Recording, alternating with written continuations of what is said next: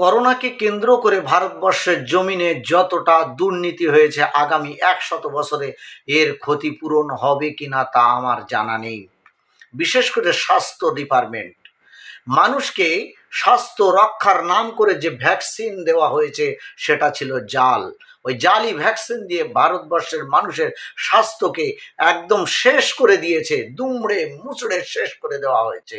বিশেষ করে মানুষের শরীরের এনার্জিলেস করে দেওয়া হয়েছে, মানুষের শরীরের রোগ প্রতিরোধ ক্ষমতাকে শেষ করে দিয়ে কিডনি ফেলিওর, হার্টের অসুখ, মারাত্মক এমন কিছু রোগ আছে ব্রেন থেকে, স্ট্রোক থেকে এবং শরীরের মারাত্মক মারাত্মক রোগগুলো মানুষের শরীরে বাসা বাঁধার সুযোগ করে দিয়ে ইলেকট্রাল বন্ডের মাধ্যমে ওষুধের দাম বাড়িয়ে মানুষকে লুটে পেটে খাওয়ার একটা ব্যবস্থা তৈরি করা হয়েছে।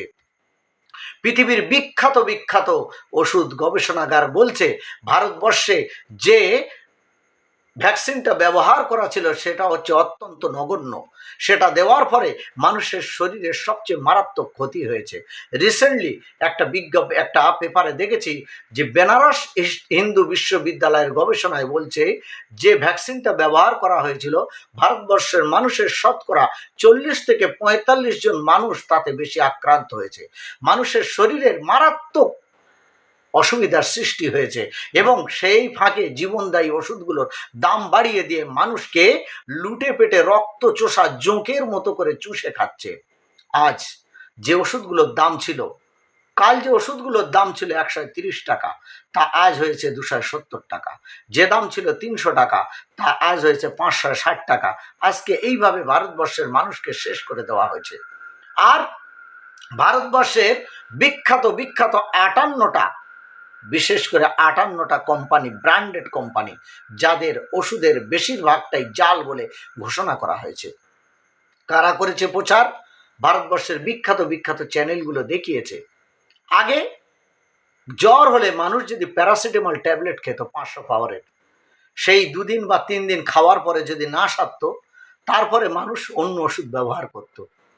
আর এখন সেই 500 পাওয়ার ওষুধে আর কোনো কাজ হয় না, সেখানে 650 ওষুধ দিয়েও জ্বর সারে না এবং অন্যান্য জীবনদায়ী ওষুধগুলো খেয়েও মানুষের ততটা উপকার হয় না। আজকে মানুষ পথেই বসছে যদি একজনে অসুস্থ হয়ে পড়ে। আগেকার মানুষ এতটা রোগগ্রস্ত ছিল না। ঠিক ভ্যাকসিন দেওয়ার পরে পরেই প্রতিটা বাড়িতে, প্রতিটা ব্যক্তিতে, প্রতিটা ফ্যামিলিতে মানুষ রোগী আর রোগী। কারোর শরীরে যেন কর্মক্ষমতা নেই, ভালো লাগছে না, সব সময় অশান্তি এবং অবসাদ, মারাত্মক পরিস্থিতির শিকারে আজ মানুষ জর্জরিত। ভারতবর্ষে রমরম করে চলছে, রমরমা মার্কেট চলছে একমাত্র ওষুধের।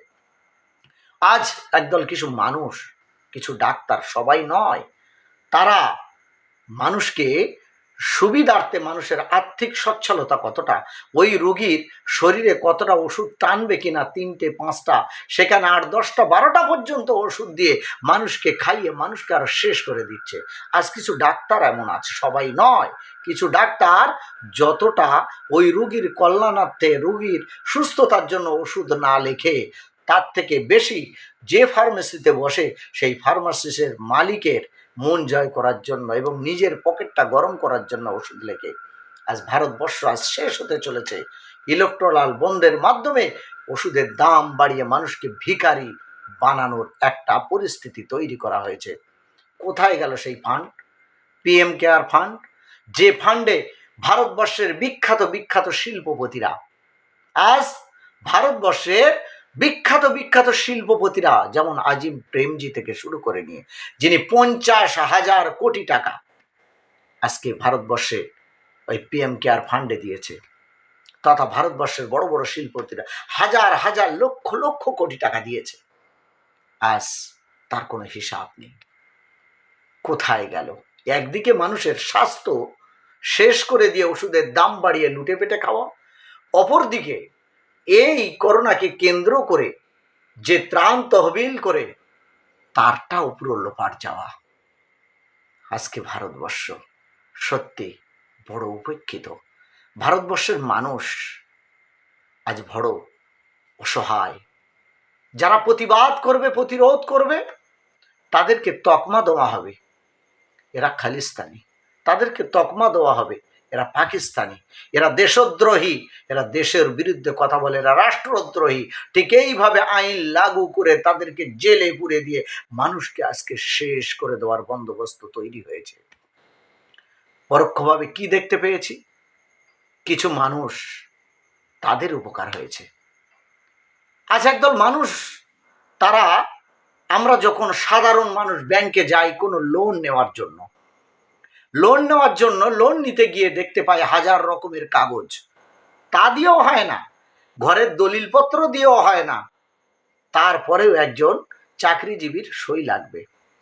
কিন্তু একদল মানুষ আছে যাদের কোনো কিছুর দরকার নেই, তাদের ব্যাংকে কোনো ঋণ তারা পরিশোধ না করার পরেও হাজার হাজার লক্ষ কোটি টাকা তারা ঋণ পায়। তারা কারা?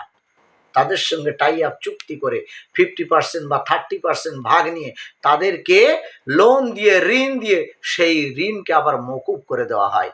কিন্তু আমি আপনি যদি ঋণ যদি না দিই, 1 মাস দিতে পারিনি অথবা পুরো টাকা না দিতে পারলে তার সুদের সুদ, তার সুদ, তার সুদ চাপিয়ে দিয়ে আজকে আমাদেরকে ভিখারির ঝোলা ঘাড়ে দিতে দিচ্ছে।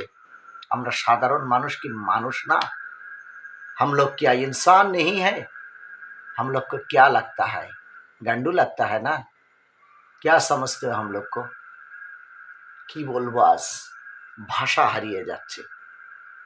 ভারতবর্ষের স্বাস্থ্য দপ্তর আজ মানুষের যদি স্বাস্থ্যের কথা ভাবতো, তাহলে গুটকা, শান্তি, তেরেঙ্গা, বিড়ি, সিগারেট, মদ, এদের উপরে নিষেধাজ্ঞা লাগু করত, নিষেধাজ্ঞা করে ব্যান করে দিয়ে মানুষের স্বাস্থ্য ব্যবস্থা উন্নত করত।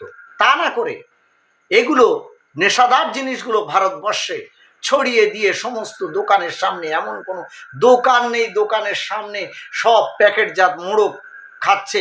খাওয়ার পরে মানুষের শরীরে রোগ রোগ ব্যাধি বাসা বেঁধে মানুষকে দুর্বল করে দিয়ে তাদের থেকে হাজার হাজার লক্ষ লক্ষ কোটি টাকা তাদের থেকে লুটপাট করা হচ্ছে জিএসটি এবং ট্যাক্স নিয়ে। আর কয়েক হাজার কোটি টাকা স্বাস্থ্য দপ্তরের মাধ্যমে স্বাস্থ্য রক্ষার নাম করে খরচ করে আজ মানুষকে ধোঁকা দিয়ে বোকা বানানো ছাড়া আর কিছু নয়। উদ্দেশ্য যদি হয় মানুষের স্বাস্থ্য রক্ষা করার, তাহলে ব্যান করা হোক ওই সমস্ত ক্ষতিকারক গুটকা, শান্তি, বিড়ি, তামাক, সিগারেট, এমন করে নিয়ে এই জাতীয় জিনিসগুলো। আর যদি তা না হয়, তাহলে আপনার উদ্দেশ্য কিন্তু ঠিক নয়। মানুষ বুঝতে শিখেছে, জানি না আর কতদিন পরে মানুষ বুঝবে। যে যেখানে থাকুন, যে স্থানে থাকুন, সেই স্থান থেকে প্রতিবাদে সামিল হন। তা না হলে আমার আপনার সন্তান, আমার আপনার ভবিষ্যৎ ভারতবর্ষের থেকে একদিন নিশ্চিহ্ন হয়ে যাবে, তলানিতে হয়ে যাবে, তুচ্ছ হয়ে যাবে। তাই ভবিষ্যতের স্বপ্ন দেখে, আগামী উজ্জ্বল পরিস্থিতি দেখে, বিশেষ করে বিদ্রোহী কবি কাজী নজরুল ইসলামের কবিতাগুলো পড়ে আপনার মনে বিদ্রোহের চেতনা জাগিয়ে আজকে আপনি প্রতিবাদ করতে শিখুন। এই আশা, এই আকাঙ্ক্ষা রেখে আমার বক্তব্য এখানেই শেষ করছি। জয় হিন্দ।